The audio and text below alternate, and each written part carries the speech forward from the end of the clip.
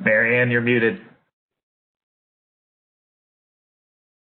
Okay, forgot to unmute myself. I'm so sorry. Start over.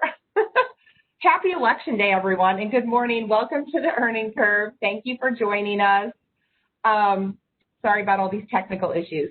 So the Earning Curve is a new platform in webinars and very different from other webinars you may have attended in the past. You as the audience drives all the panel questions. My name is Marianne Biangardi, and I'm the head of business development at Commercial Trelaw & Company. Today's topic, using a multi-channel approach to grow revenue. When it comes to marketing, many companies make the mistake of putting all their eggs in one basket. So they commit to marketing tactic, which often leads them down the road of two difficult paths. So you either hit the ceiling in regards to the one tactic, or you stifle the growth, or something changes in the market, like 2020, anyone, and that either diminishes or removes the entire source of leads for their business.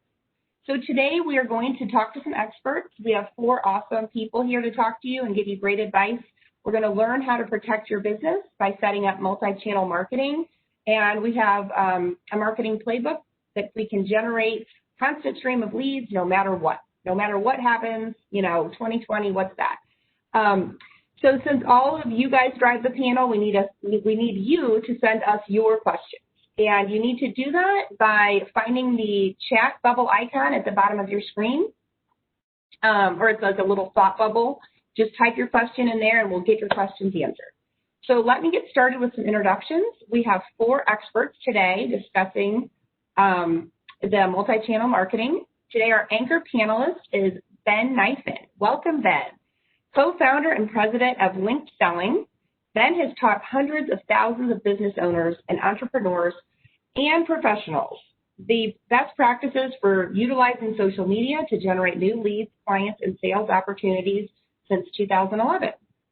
During Ben's downtime, he loves to hang out with his family, watch Cardinals baseball, play music, hang outdoors, and bike and run, and he's recently completed a challenge in which he ran 10 half marathons in 10 weeks. We have 3 other panelists with us today as well. Dan Klein, CEO and founder of Spoke Marketing. Dan is a serial entrepreneur who has built several companies, but they share the same passion, which is a focus on the customer. He's a huge Kansas City Chiefs fan, and he also wears shorts all winter long, which is actually great because he's in Florida right now. So it doesn't matter if it's winter or not, but he even wears them when he's in St. Louis. And when people are shocked at, it's super cold outside, his reply is always, I'm from California. California is an attitude, meaning if you act like it's warm, it will be. Kelsey Raymond. Welcome, Kelsey, CEO and founder of Influence & Co., a content marketing agency. Kelsey is also a serial entrepreneur like Dan. She started Influence & Co. at the age of 22. It was the 3rd company she'd started by that age. She just had her first child, February 20th, 2020. She's an avid golfer who golfed at Mizzou.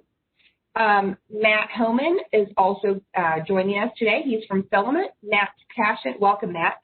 Matt's passion is helping people think and meet and learn together better. A lifelong entrepreneur and a recovering lawyer.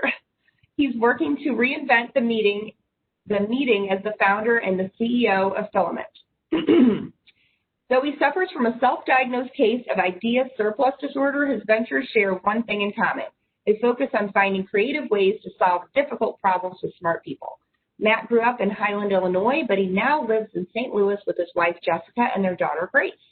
And he's also the founder of Invisible Girlfriend and Boyfriend.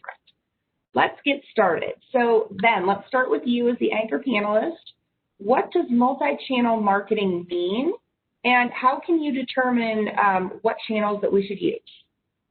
Yeah, so multi-channel marketing, I think what we're really talking about when we use that term is making sure that we have a marketing plan that, like it says, is incorporating multiple channels into lead generation. So, in our business, we've heard this a lot and seen this a lot through 2020, and I think we've all encountered different businesses who maybe they relied on one channel like trade shows, and then all of a sudden something happens and you're, kind of left with your pants down a little bit because all of your lead generation tactics have went out the window. And just like with, say, something like investments, with your marketing, you want to be diversified, right? You want to have multiple channels that you can generate leads from. And with that, I would also say that multi-channel marketing doesn't mean that, hey, we have these multiple tactics and we have one campaign that does this via phone and one campaign that does this via email. And you want to have a cohesive message that really brings everything together. When you're hitting multiple channels, you want to be able to have this congruency that takes place between all the channels so that when people are seeing you in different spots, they're getting the same message. They're seeing the same thing. You asked a two-part question. The second piece is how do we determine what channels to use? I mean, this gets down to your prospect profile and researching who your customers are. Where do they hang out? Where do they hang out online? What channels can we use to reach them? What publications do they read, right? We can reach prospects through, different blogs, print media that are online ads, social media networks, the whole nine. Where do our people hang out? Where are their eyeballs focused that we can get a message in front of them? I realize that's kind of a general explanation. I can say things like LinkedIn and Facebook. Of course, that is true. That's what it gets down to. But really, I'm thinking about it from the level of where do my people hang out? Where are they watching? Where can I get a message in front of them? Awesome. Thank you so much, Ben. And you know what? I was just wondering, as a marketer myself, because I kind of do the marketing and sales here, what are some channels that maybe I'm not thinking about or that other people don't think about? Well, I don't know that I'm going to tell you one that you're not thinking about, but I'll say this much. Everybody is focused on social media today. It's a no-brainer. And they should be, because those are channels where everybody is hanging out. But I think people are starting to forget about the channels of the past: phone, email, direct mail. I constantly hear people say, hey, phone is diminishing for us. And that may be the case, but this is where the multi-channel approach comes in, where you are pairing phone with LinkedIn. You are pairing phone with email. You're pairing email. It's in those things that you're able to maximize the return on those channels. So trying to think if I can really pull out a channel that you're going to say, oh, I didn't think about that. But, I think when I'm thinking of a multi-channel approach, I'm trying to incorporate everything. It's not like I have one channel that's a magic bullet. It's incorporating everything. I don't get to choose the channels that my prospects digest media on. And you know what I'm saying? Like, I don't get to choose that. I have to cater to them where they are at. So that's my approach. Gotcha. Ben, I just saw another question come in chat from Ryan Lee. He wants to know how we get past the gatekeeper when we use the phone. That is a great question. I would love to know that as well. Does and Kelsey, Jan, Matt, anybody can weigh in. Anybody have any ideas for Ryan? I'll tell you one thing. We're now at a point where the gatekeepers aren't the gatekeepers anymore. They're working from home as well. The processes that used to be the case, the barriers you had to get through, as we've lived in this distributed world, gatekeepers don't have as many gates anymore. So if you struggled with that before, maybe trying again might be a worthwhile strategy. One thing that we've really seen with outbound prospecting is instead of just starting with a call, we're always starting with email to nurture that relationship and delivering something of value. So we're sending over a white paper or an ebook or even just an infographic, some piece of content that we've created, and that can kind of open that gate a little bit more because you're offering something of value before just pushing for a sales call right away. So that's just a strategy that we've seen work for that specific channel. Yeah, that's a great idea, Kelsey. We try to do that as well, yeah. I think, Ben touched on it earlier, the social channels. People, what I'm finding is people are at their desk, or at least the buyers that I'm calling on, they're more available. Sometimes they do answer the phone. It's certainly not going through a telephone system, so it's much more direct. But the social channels also work, and it works to, instead of trying to sell, it create a relationship. And I know that's what Ben and his company is all about. But and even Kelsey and engaging the content. But reaching out for informational discussions or just connections or connecting somebody else. People are much more engaged now. Yeah, that's a really good point, Dan. Just helping somebody else and like making connections can help too, just kind of get in the door. Here, we've got some more questions coming through. Let's see. We know that multi-channel approaches have to be carefully coordinated to achieve maximum benefit. What specific strategies and tactics would you all advocate to ensure this is accomplished? Who wants to go first? I'll tackle that. I think that we all understand the concept of, say, like an email funnel or an email sequence, right? Where we want to set up multiple touch points with an email that go out that, hopefully provides benefit, pushes to a phone call. When I'm using a multi-channel approach, this is what I mean by making sure my multiple channels are congruent with each other. I'm planning my sequence together, where I'm not saying like, hey, I'm going to have this email sequence. It's 9 touch points and it stays over here. And then I'm going to have this phone sequence and it has 8 touch points and it stays over here. I need to be mapping out a sequence that might be, in this day and age, it might need to be 30 to 40 touch points. Legitimately, like we're past the time of, can we get a phone call with one email? Absolutely. But I think more times than not, we know we see these studies that you got to have 7 or 17 or 27 touch points to break through.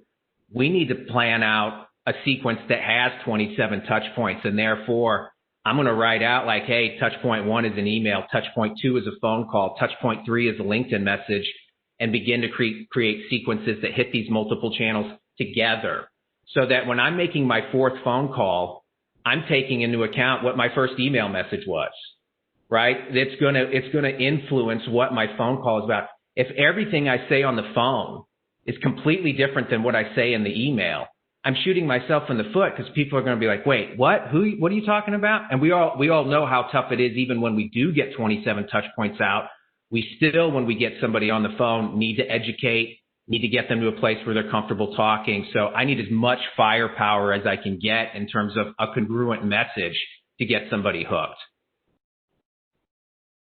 I agree with everything you just said, Ben. And what we've seen is that using a marketing automation software, so we use HubSpot, but there's tons of them, allows us to then give the salespeople the information of what has this prospect already seen and what have they been in contact with.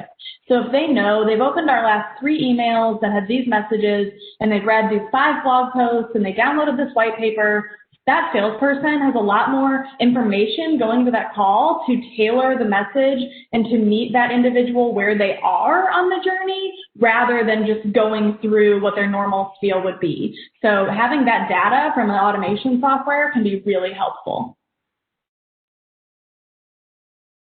I like to look and take a step back just a little bit. All that is awesome. Most people think about things in one-off tactics.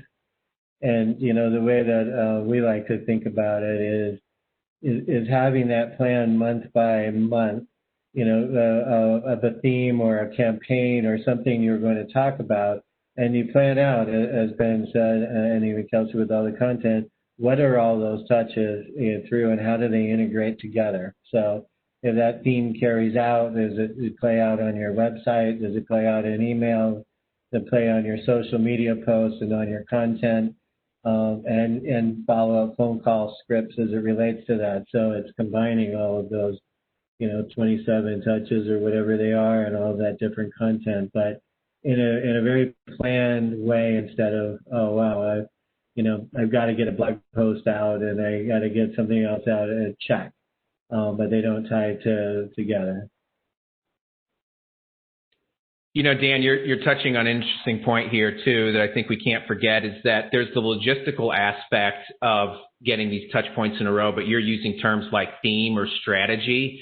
Like, I can't create a 27 touch point sequence. It's just like, hey, I'm Bob. I work for this company. Buy my stuff. Like, after a while, that message gets old pretty much after the first message you get.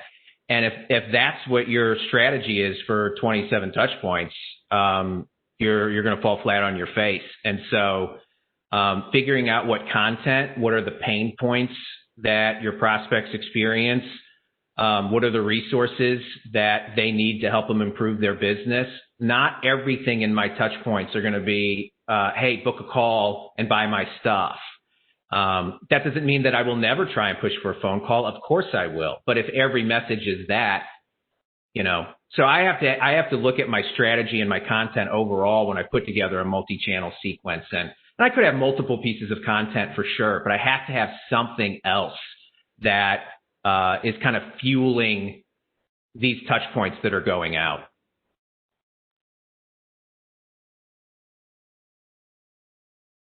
And I love this, guys. I'm learning so much. Okay, now I have another question here. Question for Ben, actually, from Doug.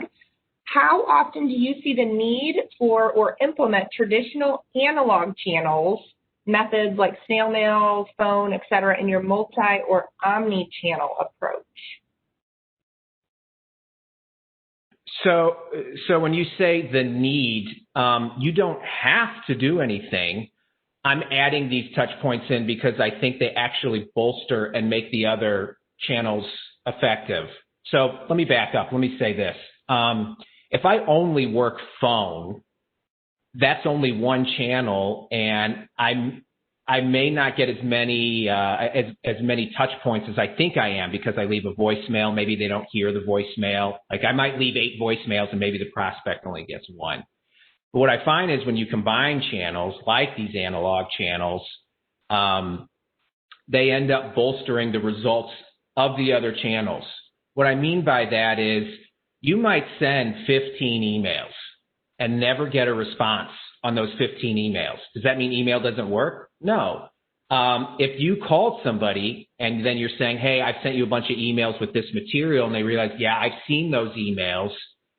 There we go. Now these other channels, we're not just going to say, hey, whoever got the phone call wins the game, because it's all about providing resources, warming them up, educating them to get them to that point. This is not easy. It's not, okay, I'll just make some phone emails and it should be all okay. It's super tough work.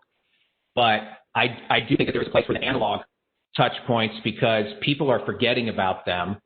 We do a lot of LinkedIn marketing for people, and now I think we see this channel as a big channel. It blows up. We have a lot of competitors in the space now. Totally fine. I'm okay with that. But what I don't see is a lot of people doing things like calling their LinkedIn contacts, because that's tough work. Everybody can send a LinkedIn message, but to actually pick up the phone and call them, you're doing a lot tougher work than, writing an email, writing a snail mail or a personal note. Like, that's tough work. A lot of people don't take that extra 10% to do that tough work. So do you have to do it? No, but I think it can bolster your efforts in the in the digital channels, non-analog channels. Good point, Ben, of where you might send 15 emails, but then it's the phone call that actually gets that person to engage. And I think that what we see with that is that sometimes attribution is really hard. So we publish tons of content in different online publications because that's what our company does. And so we'll track in HubSpot, okay, we got 300 leads this month from our guest contributed articles. But then all of a sudden we have a huge spike in direct traffic. And we find out through conversations that a bunch of those people also found us from those articles, but they didn't click through. They just ended up typing in our website. So I think it just makes a really good point that when you're using multi-channel marketing, sometimes it can be difficult, even with the most sophisticated campaigns, to find that attribution. And so sometimes you're kind of working backwards of, we saw a big spike, now let's try to figure out what caused this. I'll even add to that if I can. I think one of the challenges is when people think about marketing, it feels like something that is just aimed at people. We frame it as conversations, right? How many conversations can we have? And that's where the LinkedIn, the following up, a Twitter message, hey, by the way, I'd love to talk and learn more about you. Those phone conversations, the more analog they are, the better in some cases, because we think that marketing and conversations are a different thing and they're really the same. At least when you're a small organization, and it's hard to differentiate the two. Kelsey, I'm kind of curious, when talking about attribution, because we spent a long time on this topic, do you guys go with, if a lead comes in, are you going with first click attribution, last click attribution? What's your thought on how you assign who wins? Yeah. So normally what we're looking at is what was the action that actually triggered to get them on the phone. That being said, I think one channel we haven't really talked about, which is a big channel for us, is partners. So we have tons of partners that we have some that we have referral agreements with, some that we just work in the same industry, and so we both refer business their way. And so we do a lot of marketing to our partners to stay top of mind with them. And so that would be a different one where if someone fills out a contact form but said that they heard about us from this other person, the partner's always going to get attribution. But yeah, within our marketing team, we have lots of debates of, well, what really caused the sale? And, you're always talking about good things when you're saying what caused the sale, but there's lots of debates around attribution. I think that's important to pay attention to, because it's very easy to say, this channel is crushing it. We should dump all our money into this channel because it's getting all of our phone calls, but that may not be what's getting all the people, say, on your list or get them targeted. And so I have to pay attention to those things to make sure I'm not, again, putting all my eggs in one basket unwisely. Guys, I love this. This is great. So we've got more questions coming up here. Okay, so if you've got a small organization, how might you approach 27 touches when it seems like you're already wearing too many hats?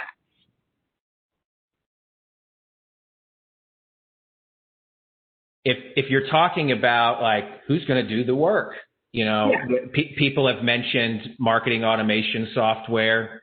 And first off, I want to say sometimes people be like, what, automation? No, we can't personalize that. And I would push back on that. I think that within marketing automation software, there is a lot of personalization that you can get in there. But let's be honest, we know that this is a numbers game, and we know that you're going to need to talk to more than 3 people. Sometimes you just got to buckle down and use the tools to the best of your ability and try to plug in the gaps, but that's going to be the best bang for the buck, is finding what tools can I use that will help me scale up my activity. Because what I find all the time is when people try to handle things manually to the nth degree, they get up on Monday morning, they get their coffee, they're super excited, they've been thinking about this all weekend, they reach out to 4 people, and then stuff hits the fan, the week becomes busy, and all of a sudden a week goes by and you reached out to 4 people, you didn't get anything, and you think, well, I don't know if I should keep doing this because I didn't get anything for my efforts. And you get the point. We've all been there. So you need tools that are going to help you bolster that activity and can help you scale up what you need to have scaled up. I'll add to that. And besides the tools, and tools help a lot. Especially when you're going after multiple markets, but you could also focus. You could pick out what your ideal customer profile is, and rather than do too much, do just better quality, more narrowly focused, right? So it's a smaller group of targets, and it's, again, planned follow-up. And you can expand out as you get more, as you go. A lot of people make a mistake even in sending out some kind of mass thing, to get attention. You can't follow up with everybody. So even the big marketers that can spend the money and track everything create more activity than they can follow up. So focus on the target prospect. I would say to that point, probably the most impactful role we added to our sales and marketing team was an SDR, so sales development representative. And the reason this was so impactful is that, exactly to Ben's point, when our salespeople were getting leads coming their way, whether it be from a partner or they went to a conference, they did not have the incentive or the time to spend all day Monday reaching out in a customized way to the 50 people who downloaded a white paper from our website over the weekend. Now that we have this woman Cherish in the SDR role, that's her sole job. And so she's not distracted by, I need to follow up with all the proposals and contracts I have out. She's only focused on nurturing the people who've engaged with our website and getting them onto a sales call where then another salesperson comes on and takes it from there. That small tweak and honestly adding one role blew up our sales. So I just also think, like, even if you're a small team, thinking about, is there one role that could really maximize everyone else's time? And for us, that was an SDR role. A good point, Kelsey. We've got, okay, so I want to direct all the panelists to the chat if you guys can read this question from Kurt Stiles. It's very long and I don't know. So he works at Chef, just for the audience, I'll kind of read it, but you guys can read along on your own. Kurt works at Chef Pure Foods. His products are veggie jerky, mirror meat, only 100% vegetarian. I will be finishing our business marketing plan this month. Our plan to launch with we have a plan to launch with e-commerce business, Chef Pure online, mobile channels, and partner with online snacks. Customer segments, target market. Okay, let's see. What's his question here? He needs to identify all the various components of cost. Okay, so this is so overwhelming. Ben or Kelsey, Dan, Matt, anybody want to say in here? I can see some of this. So one of the questions is, how is the customer acquisition cost? So I think if we can wordsmith that a little, how much should the customer acquisition cost be? You're going to have, now I don't want to be like, oh, Ben, you're dodging the question, but there's more detail to it than that. For instance, you're going to start getting to a place you're going to say, when we get someone who visits the site, how many people convert to an order, and how much is the average order size? You know, these are data points that you're going to need, and then that's going to influence how much you can pay. You could have a competitor in your space who their average order size is 1/5 the size of your average order size. You guys can pay different customer acquisition costs at that point. Maybe you've really maximized when somebody does make a small order, you've got a lot of pieces in place to follow up with them, offer them other products, increase the order size.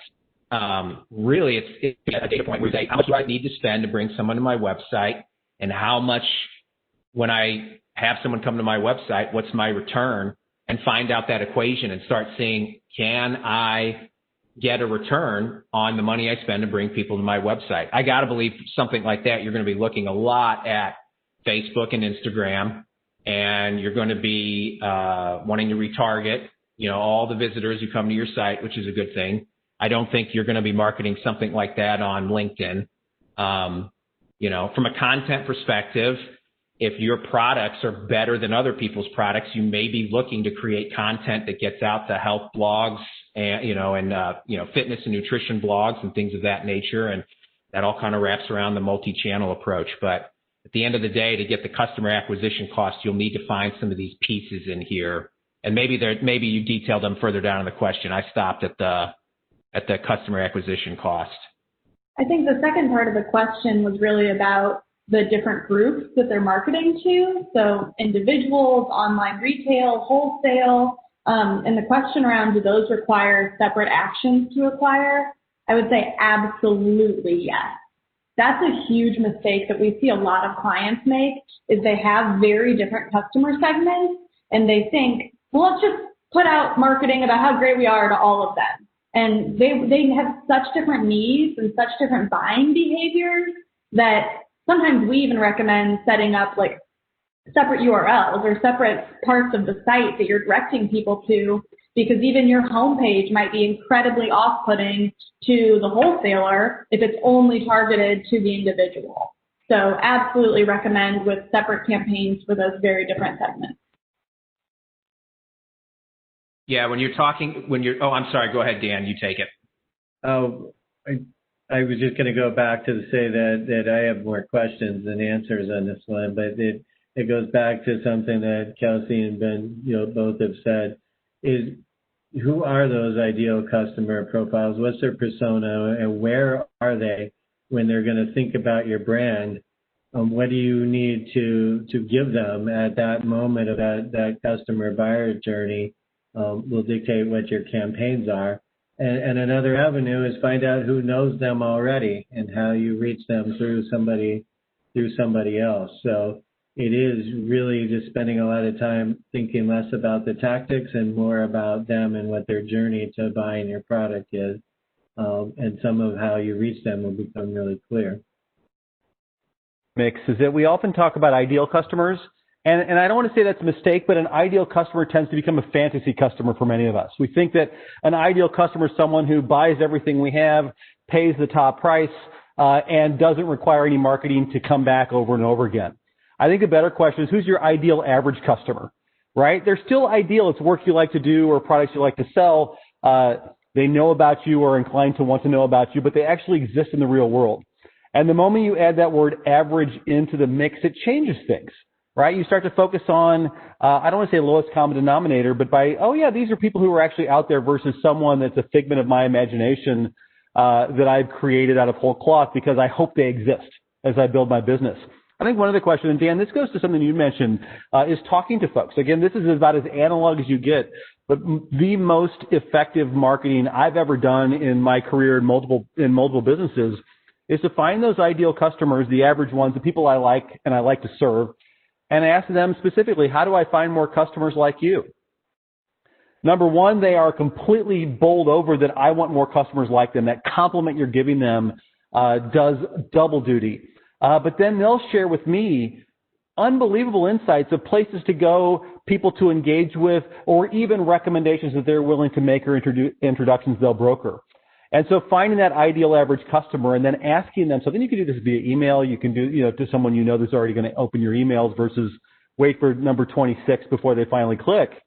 But that how do I find more customers like you is perhaps the most powerful question that we've ever asked. Matt, I'm going to steal some of that ideal average customer. I've never heard that phrase that way, but that's good. I'm going to steal that. I'll credit you when I use it. I'll send you a Venn diagram, Ben. Yeah. We've got a version of that kind of has all the pieces together. Yep, that's good. I'm going to add play off of that. I do love that line also. There's no way I don't use it again. But one of the things that I always like to start with is, something I call follow the money trail. People don't do enough about analyzing your own customer base. And if you really were to look at, the revenue by a customer or client and think about the attributes and where you got them and who knows them and find those patterns, you'll learn a lot with that exercise, right? Certain things will, that average customer will start to stand out. So will the good customer. So will the pain in the ass customers or the low profitability customers. Starting with that follow the money trail and tracking every attribute you can with it is probably a good couple-hour exercise that will net you a lot of new data. Dan, go ahead, Kelsey. I was just going to say we did an exercise like that really recently to try to understand more about the clients that have signed with us since late March. So basically, who are these customers that are putting money towards content marketing during COVID? And what we were looking for was not necessarily what industries are they in or what size are they, because those were across the board, but more of what was their why? What was the goal they were trying to accomplish? What was their reason for making a decision right now? And so that helped us uncover some messages and some themes for marketing based on the why people were buying, not just what industry or what size, which were more so what we were looking at in the past. One of the challenges people have when it comes to marketing, and I hear this, I even step back a moment when I think about 27 touch points, is that it feels like everything, all the advice you get is additive, right? It's one more thing to do. It's one more person to hire. I think one of the most valuable things you can do, and Dan touched on this as well as did Kelsey, is go back through your, and I would say, like, if you're a professional service firm, it's your closed file room. Ask your staff, go back to your bills that never got paid, and find those terrible customers, right? The ones that are, and you ask the ones when your phone rings, you're like, oh my goodness, I hope it's not them. That list of customers, and spend your time also engaging with experts or doing it yourself, like, how do I not market to them? right? These people, when you are successful and you're building these multi-channel marketing efforts, if you're getting a disproportionate number of the people that you hate to serve, who take too much of your time, who return your stuff, who never pay, building and I probably, for lack of a better term, an anti-marketing campaign to find out what you can stop doing to stay away from those people. And again, you get to that 80-20 rule where the 20% of your customers are driving 80% of your revenue. It's also 20% are driving 80% of your headaches. So you get rid of the 120, you double down on the other 20, and it makes a huge difference. Is the power in having a multi-channel system that you can control that you're talking about, Matt? Because if I just have one thing that I'm doing, where it's like I get a list of people, I call them 3 times. I don't have a lot of real estate to convey a number of different messages out there. But when I'm running social media ads, I'm putting out content, I have an email list, I'm doing cold email, I'm making phone calls, I'm prospecting, all this stuff, I can build these narratives. Because again, remember, this isn't, hey, I'm Bob, buy my stuff. I'm trying to create, a story, a journey, and I need more than a couple touch points on one channel to be able to do that. I'm not necessarily picking 27 touch points because I think that's what gets the appointment.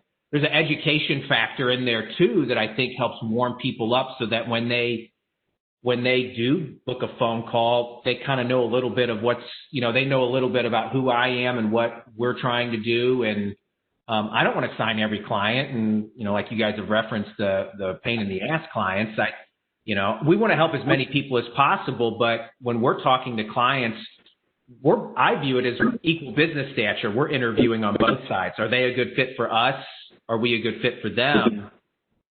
If I can build some of that narrative into my touch points, I'm going to have a more successful time weeding out the people that I don't want and getting the people in that I do.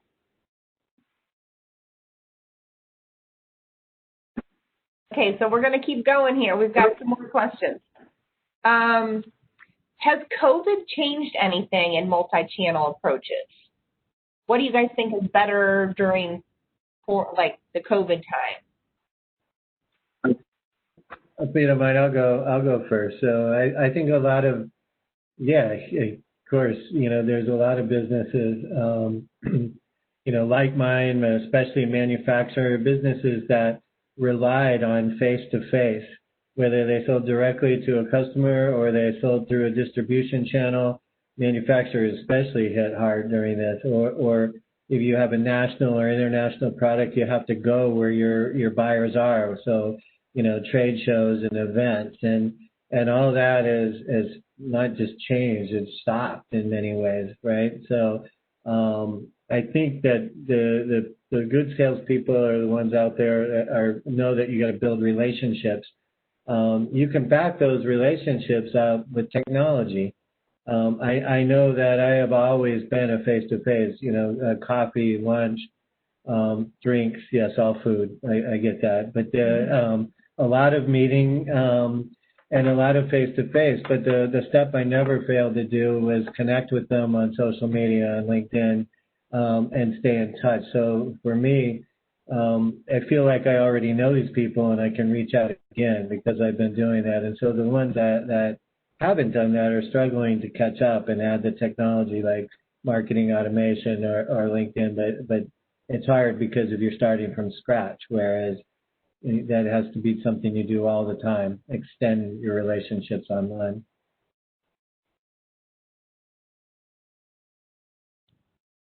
Okay, that's great. This is all good stuff. So we've got another one here. This is for Kelsey, actually. Dominique wants to know, can you give an overview of the process you have with your SDR and how you connected his or her position to your multi-channel marketing efforts? Yeah, I'll try to give a quick overview. So in her role, Cherish reaches out to people for 3 different reasons. The first is if someone comes through our website and fills out a contact form. That's the easiest one. If they put in their phone number, picks up the phone and calls them or emails them. But the second one is a little bit more nuanced, and that's when somebody comes onto our site and engages with us in a different way. So whether that be they subscribe to our blog, they subscribe to our newsletter, they download a white paper. Chairs then, they get put on a list, and if they hit a certain qualified number, so that's where the marketing automation comes in, that if they read a certain number of blog posts or open a certain number of emails, HubSpot is giving them points along the way. Once they hit a number that shows us they've engaged a lot, we think that they might be primed for someone to reach out to them. That's when they get put on Cherish's list, where she then reaches out with a customized email. Now, she does have an automated sequence, but she's editing them to be really customized to the individual. So those are both from the inbound standpoint, but she also does outbound prospecting. So she gets lists from different sources and puts them through outbound sequences, which are also customized, and all of those have content to get them to engage with us more through the site. So it's very intertwined with sales and marketing. I would say the kind of handoff point is when someone says, yes, I'm ready to set up a call. Then she schedules that call and hands them off to the salesperson. So she's not actually the one taking those sales calls. But having that one person kind of in between sales and marketing has been really impactful for our business.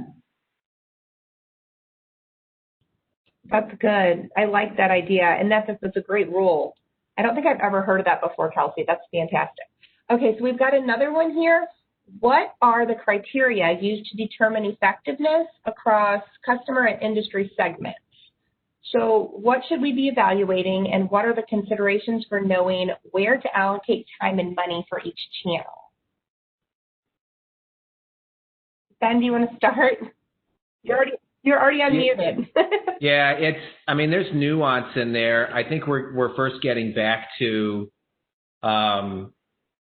prospect profile for one, and I'm going to start evaluating then, like, where can I reach these people? Where are they hanging out? I am first always looking at least one social channel, whether it be LinkedIn or Facebook. That's usually going to be in my playbook from the get-go because, again, as we've seen this year, we're losing some face-to-face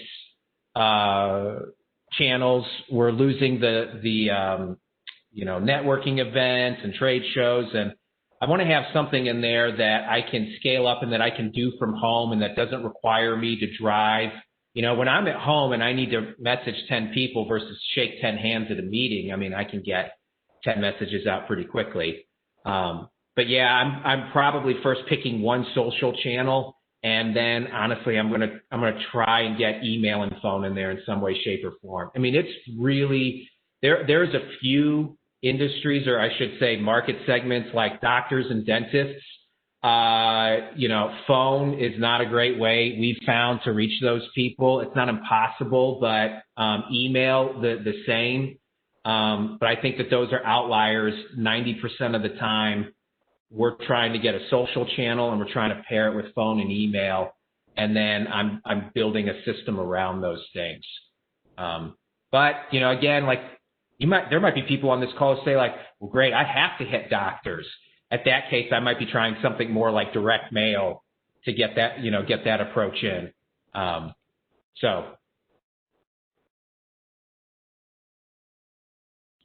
So Ben, just really quick, I've actually had customers text.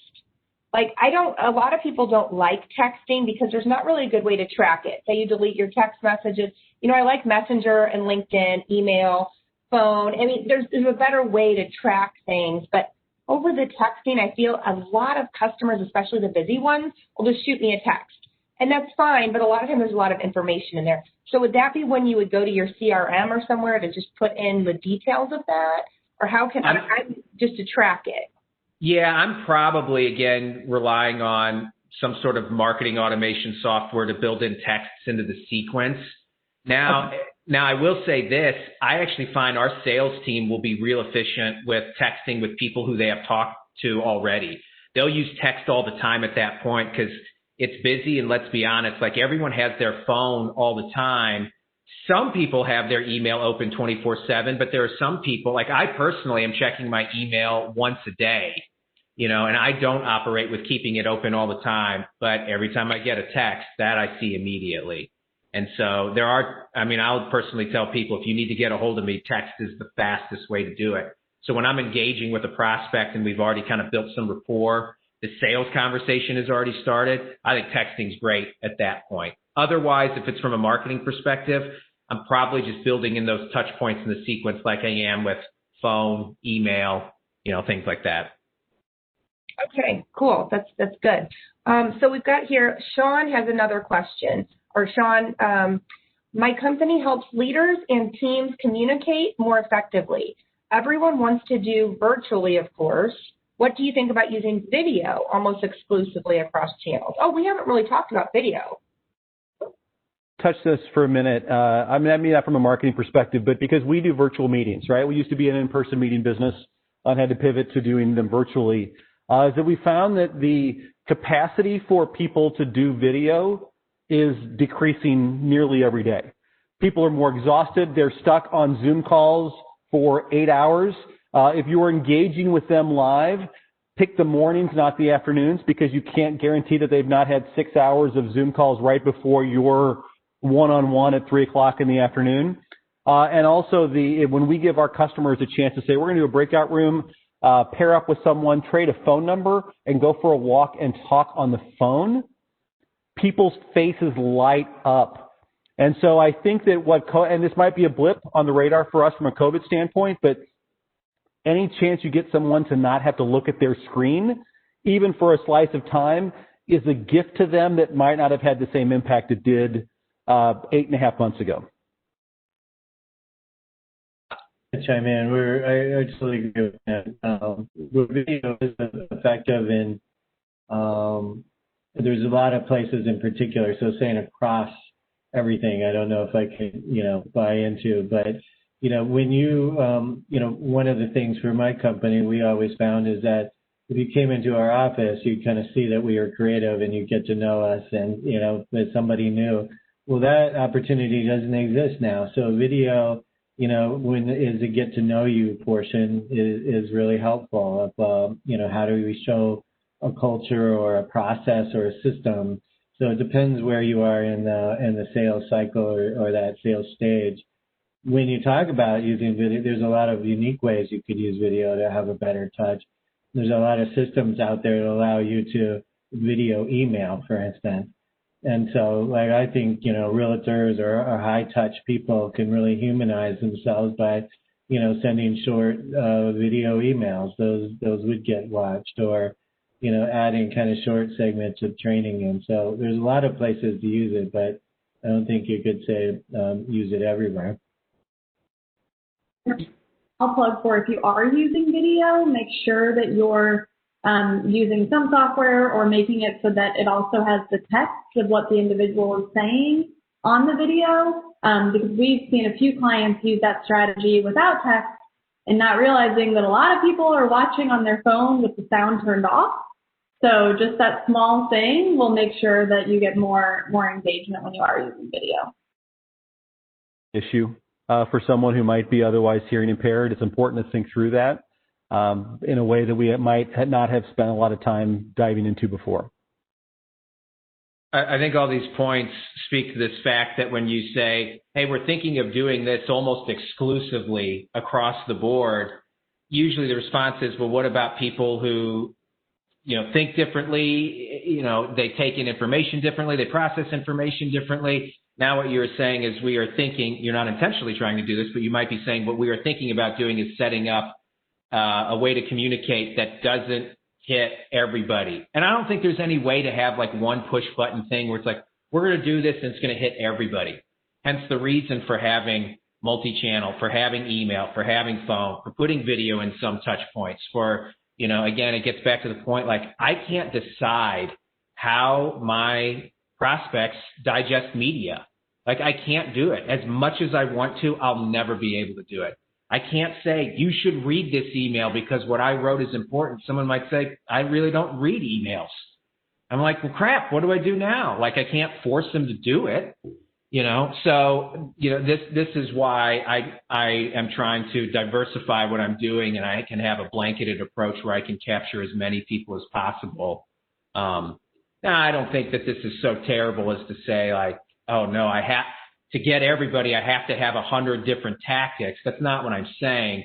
It's just this idea of anytime I feel like all my eggs are in one basket, it's exclusively video or it's exclusively trade shows.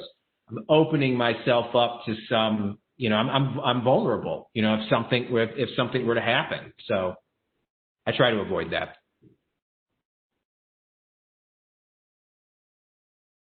Okay, we've got another question here. For all panelists, do you have a go-to or a preferred tool that you use to stay organized with your content across all of these multi-marketing efforts? I think maybe we kind of talked about this a little bit, and then that was my question. How do you keep them all organized if you've got multiple text and, all the touch points coming in? Kelsey, do you want to take that? Yeah, for us, most everything is organized through our HubSpot. So we use the HubSpot for the CMS. So our website is actually built on their CMS. And then we also use it for all of our content and our CRM.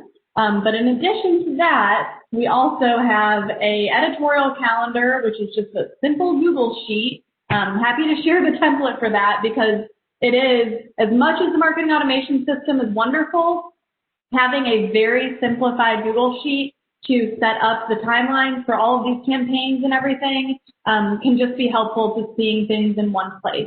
So we kind of use a combo of marketing automation and spreadsheet. I definitely need the Google sheet.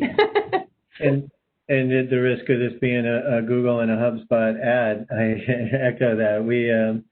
It's amazing how much we use the Google Docs and Google Sheets, especially for content strategy or how you measure keywords or, what the flow of it will go through. But HubSpot is our hub for all things going out and tracking and the blogs and landing pages and, the stats as it goes. So, but any marketing automation tool, they probably all are the same in some ways. They're 80% the same, the 20% different in every single one. But unlike me, who loves to chase new tools, that is the worst possible thing you can do. You spend your time on your story and then, pick a tool and stick with it for a while. That shiny syndrome of, ooh, that looks even cooler. Let me try that now. Will do you a tremendous disservice. You guys aren't going to believe this, but we use HubSpot and we use a lot of Google Sheets, and those are two main tools we use. We actually have two CRMs. We'll use HubSpot for our sales CRM, and we use Infusionsoft for our marketing CRM.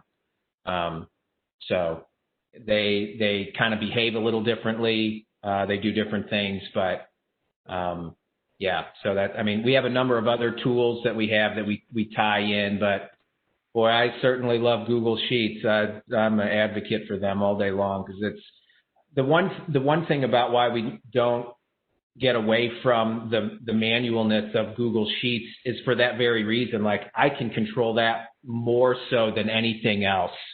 I feel like if I need something to work like right now, I might search for days for a software to do exactly what I need, but we use Zapier a lot to connect a handful of different softwares, and so that's what we do.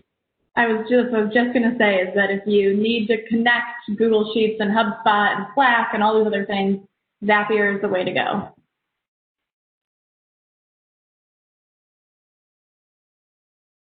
Oh, that Zapier, like Zappier, or just one T, Zapier. Okay. No, that's good too. And I've got other people coming into the chat asking Kelsey for your Google Sheets. So we definitely need to share that, and we can share that later. Okay. So it looks like we've only got about 5 minutes. Oh, thank you, Ben. Okay. Zapier. So we are almost at time. We've only got 5 minutes. This conversation is amazing, though. But maybe I can give everybody just like 1 minute or 30 seconds just to give a final bit of advice to using the multi-channel approach. So maybe, Ben, do you want to start, and then we'll just go through, everybody unmute and take a 30-second turn? Yeah, I really already kind of alluded to this, but I think now more than ever what we're seeing is because of what we've experienced this year, people have been so reliant for so long on, the networking or the trade shows and it goes away, and that it is really important, for the success of your business to diversify your marketing channels. You cannot be a one-trick pony, or else something could happen and you get exposed. If one of our channels were if Facebook were to go away tomorrow, I'm covered because I have all these other things that I do. I don't want it to go away. I hope it doesn't. It would be a pain in my butt if it did, but I'm conscious of this, and a lot of other businesses are becoming more and more conscious these days too. And I guess my biggest piece of advice is to say, I would hate to have to solve that problem when everything does hit the fan. I want to have a good system set up before there's the problem.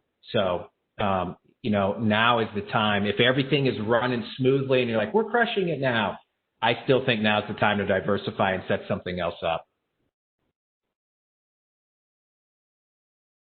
Thank you so much, Ben.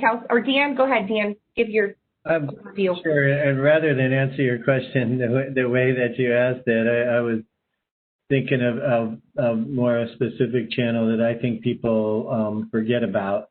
And maybe it's more of a tip. We walk into a room, there's 100 people in the room. A mass marketing approach is market all and hope somebody says, here I am. Whereas we talked about target that ideal customer or average customer. I still love that. And that's targeting, and you find the three that are in that room. Or the one that I think is most forgotten about is find the one person that knows 10. And that's what Kelsey touched on, and the partnering channel. Then that works for everybody. I think there's just so many ways to get in through somebody else that knows it. It's a warm entry, and you can find that path. And so who knows your buyer already, and how do you connect and help with them? And so that's an often forgot about portion. So I successfully avoided your question and answered a totally different one, but there you go. No problem. I love it. Okay, so Kelsey, do you want to go next, and then we'll go to Matt? I would just end by saying that with all these different channels, really thinking through what unique and relevant content do you have to fuel all of those channels. Because if you're not consistently creating content and you just want to share one blog post on every channel for all 27 touch points, your audience is going to get annoyed really quickly. So making sure that you're creating unique content on a consistent basis will give you fuel to actually engage those channels. And I also can't let a webinar on election day go by without saying, go vote. That's awesome. Okay, Matt, you're up. I think if I get one bit of advice, it's to understand that ideal average customer and do everything for them. Ours is the charismatic deviant. The person, and I love that terminology, that's the person who hires us. And so I write a newsletter once a week. I made the mistake of calling it the Monday morning meeting versus the occasional Thursday afternoon newsletter whenever I had time. 120 in a row have gotten emailed out, only miss Mondays when it's a holiday. And I write for that charismatic deviant, and then I push it out as many places as I can. But having someone that I know that I'm writing for and care about, who oddly enough likes the same things I like, has been the number one thing for me. And the consistency, it pays dividends that I would have never expected. That's great. Yeah, we didn't really talk a lot about blog and newsletter, but that's great. And you're right, the consistency, that's huge. Okay, so we're wrapping up, and thank you all for joining us today. And I think we're going to put up, Jake, if we have that ready, the contact info. We have a slide here so everybody can individually email and ask your questions of these wonderful panelists. And we thank you for your feedback and your time today. It's been an honor to be your moderator. And yes, please go vote. And then come back and join us in 2 weeks. We have a double header.